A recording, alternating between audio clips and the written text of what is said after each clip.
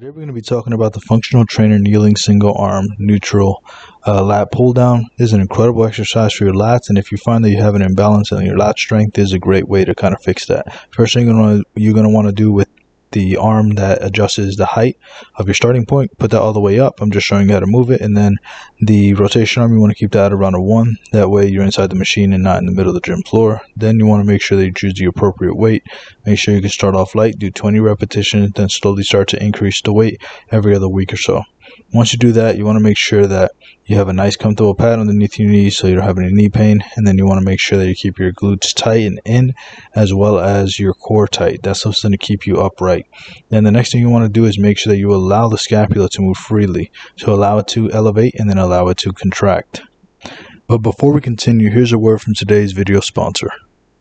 I'm today's video sponsor, and if you'd like help losing fat or gaining muscle, there are a few ways I can help you down below. Either set up a free consultation with us, purchase through one of our free affiliate links, or purchase one of our instant access affordable training programs. Can't wait to be of service to you. Now let's get back to the rest of the video. And that's probably the most important thing when it comes to doing any of these lat variations, is to make sure that you allow the scapula to freely move, meaning that you allow it to elevate and you allow it to depress. That way you're activating as much muscle fiber as possible through a safe range of motion. Another key thing I want you guys to do is to make sure you keep the elbow fairly in. So you don't want the elbow flaring out. You basically want it underneath the shoulder. You want it like directly underneath the shoulder if you can get it. If not, try to get as close to that as possible.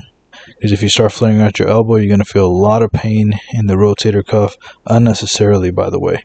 You shouldn't be experiencing any major joint pain when you're doing weight training. If you are, there might be an imbalance in your flexibility, there may be an imbalance in your joint mobility, but for the most part, most people can definitely do this exercise safely.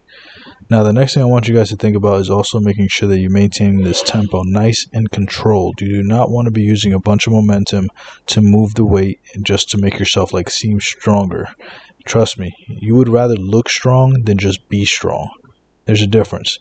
And if you're doing type training like this, then in most cases you're trying to, you're trying to hit hypertrophy, meaning you're trying to build muscular size. And the only way you're going to do that is when you have full control of the weight. Sure, you do want to do some explosive stuff, sure, but that if you're doing lat pull downs, in most cases you're not trying to do it in an explosive manner. Like there's no reason to do that. Next thing I want you guys to think about is making sure that you're looking straight and forward. You do not want to be like looking up when you're doing this and placing unnecessary strain on your neck. And if you want, you can keep the opposite hand on the hip, or you can keep it down. It doesn't really matter. I just decided to do it this time.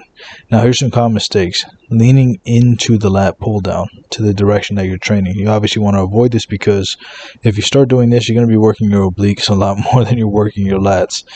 Next thing is, you don't want to be doing half reps. Don't do half reps at the top. Don't do half reps at the bottom. And make sure that you're doing it through its natural full range of motion.